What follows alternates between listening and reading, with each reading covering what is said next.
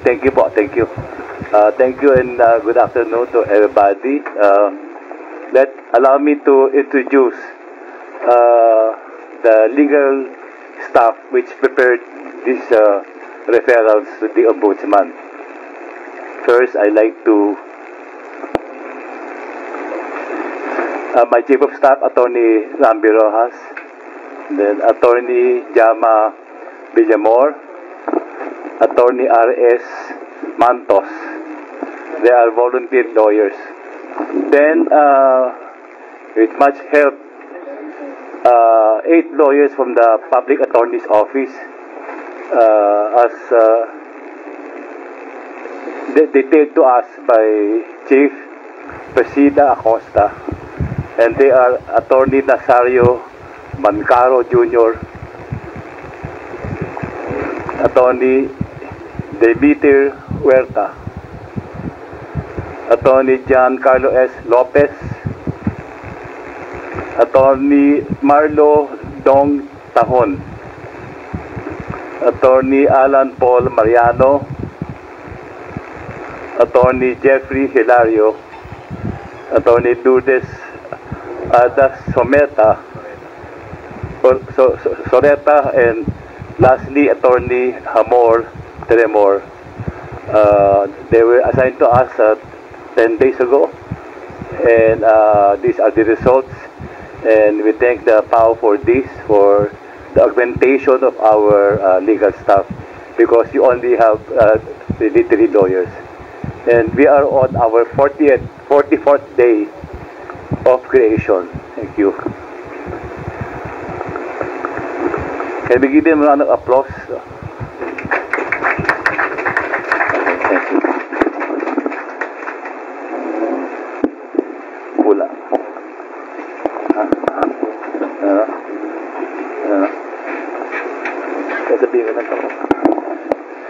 This morning I already gave a press conference. I've read already this press release, so I'll just read another one.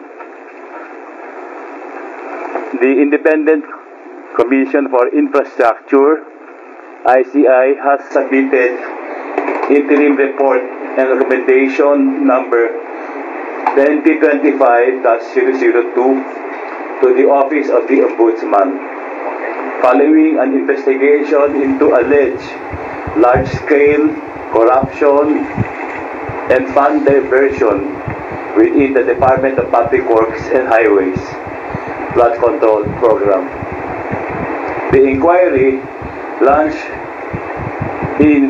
in September 2025 focused on reports of collusion among legislators, DPWH officials, and private contractors in the misuse of allocations for flood control projects.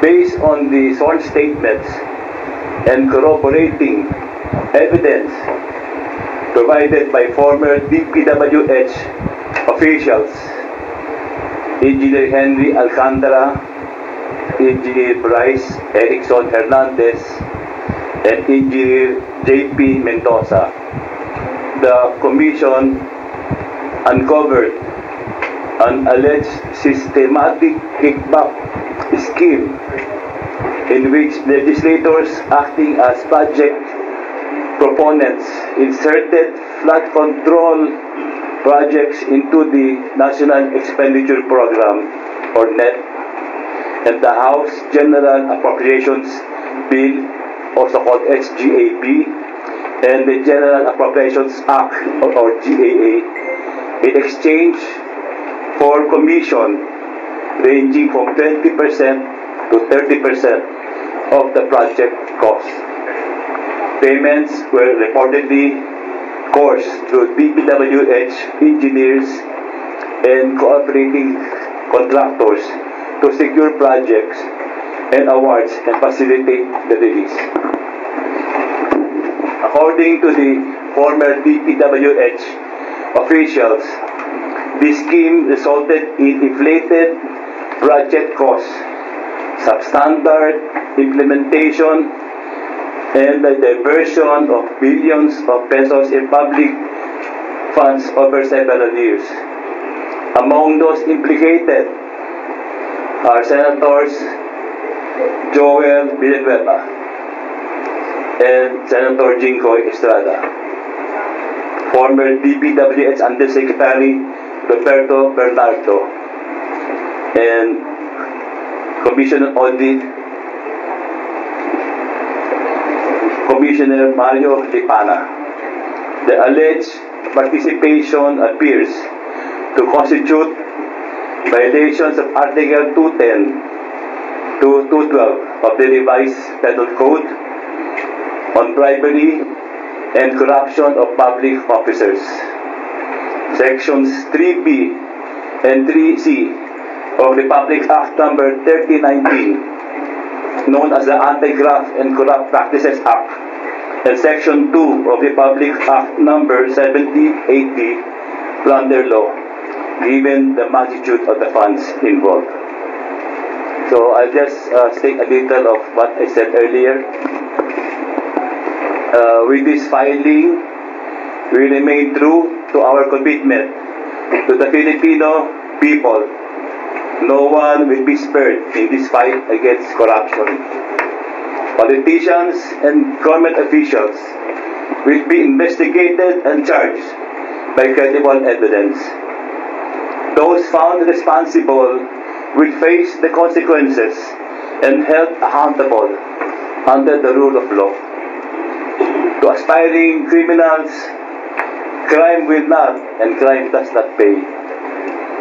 We will continue to investigate, follow the evidence, and pursue charges to the very last man involved. Justice will not be delayed. This is our promise to our countrymen. Thank you and salamat po.